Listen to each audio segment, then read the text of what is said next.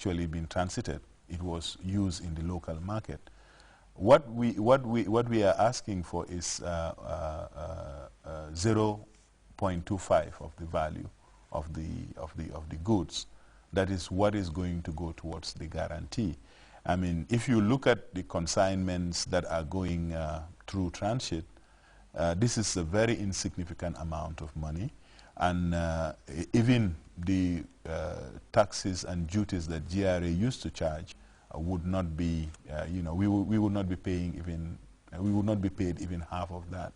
But the important thing for us is that the Port of Banjul continues to be competitive, it continues to be attractive, so that when you want to bring something to Casamance or to Guinea-Bissau, you say, well, if I take it through Banjul, it would be cheaper for me. I mean, this is how we become competitive. So every action or every payment that is to be made under the scheme is really at cost. It's not meant to make money for GCCI. And also, whenever you have a guarantee, whether it's a loan guarantee or it's a bank guarantee or any guarantee, there has to be a cost to it. But the important thing for us is to enable businesses to move their goods, within the sub-region as quickly and as efficiently as possible. Gambia is geographically disadvantaged because we are bordered on 3 sides by neighboring Senegal. Might as well say it's a colonial mishap that we find ourselves in this predicament. Consultations are very vital between GCCI and, I'm sure, the Senegalese Chamber of Commerce. What has been the level of consultations between GCCI and the Senegalese Chamber of Commerce?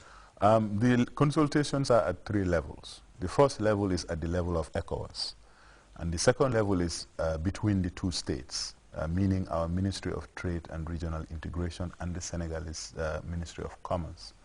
The third level is between us and the Chambers of Commerce in Senegal, because Senegal, unlike Gambia, has every region particularly has its own Chamber of Commerce. Our neighbors here in Kaolack, they have a Chamber of Commerce. Ziganjor in Casamance has a Chamber of Commerce. Dakar itself has a Chamber of Commerce. All 3 Chambers of Commerce that are very close to Gambia, we have been in constant contact with them. We have communicated all the information legally through the Ministry of Trade, who has been very instrumental in operationalizing this. At the level of ECOWAS, we have also notified the Commission that GCCI is the designated authority for the Gambia. And at the level of the Dakar Chamber of Commerce, we have got responses that they have taken note. And we have been informed also about a month ago that Senegal itself was trying to operationalize its own ISRT with Mali, who is also one of the customers of the Port of Banjul.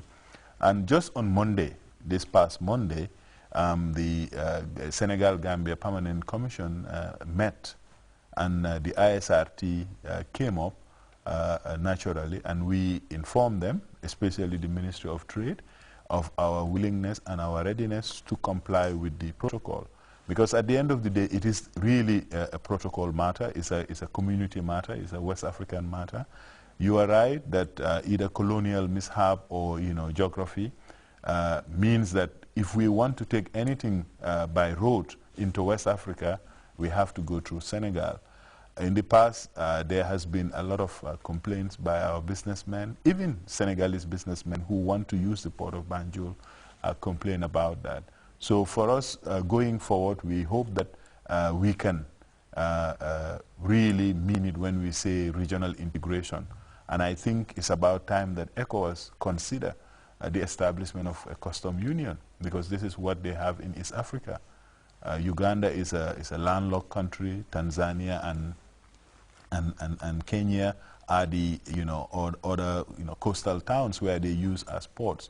So really, the West Africa population of 300 million, I think it's about time that the most competitive places should benefit from this population.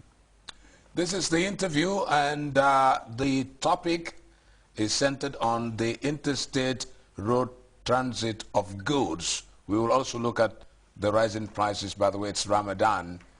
And let me take the opportunity to wish my guest Ramadan Mubarak al-Mamital. But let me come back still on the ISRT. It's good with protocols and treaties, but sometimes implementing those treaties on the ground becomes an acute problem. This is so. This is so. In the events there is a mishap along the way, even there's in ECOWAS, just to how would I say it, just to make someone feel uncomfortable.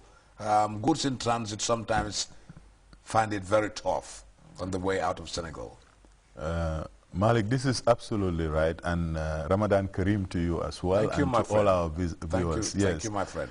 I think it is a very important thing for us in the Gambia to be quite clear and assertive about this, because the reason why we are part of the regional integration process and eventually the integration of Africa is to make sure that our peoples everywhere have access to the best goods and services. And in a region like ours, if we take away some of these constraints, some of these challenges, I think businesses will blossom. I think our populations would be hard working. They would be achieving all their lives' desires.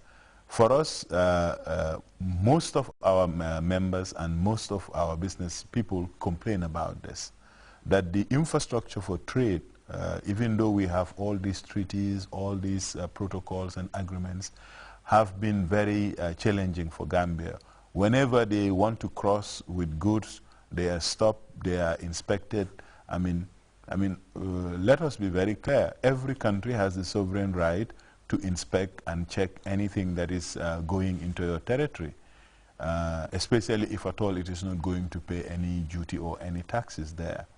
But we should also remember that we are part of a larger community, that is the ECOWAS community. And the reason why we have these protocols and the whole arrangement of ECOWAS, which is more than 35 years old now, is to make sure that our people are connected. And after all, like you said, if at all it was not for colonialism, we are practically the same people.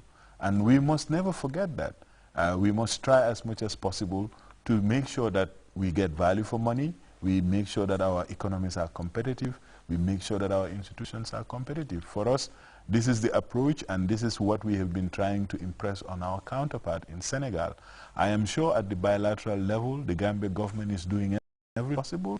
The establishment of the Senegalo-Gambian Secretariat is a testimony, and the executive secretary of that secretariat is a Senegalese. Doudou Salah Diop. Yeah, Doudou Salah Diop. And I understand he was a guest on the program. He was my guest.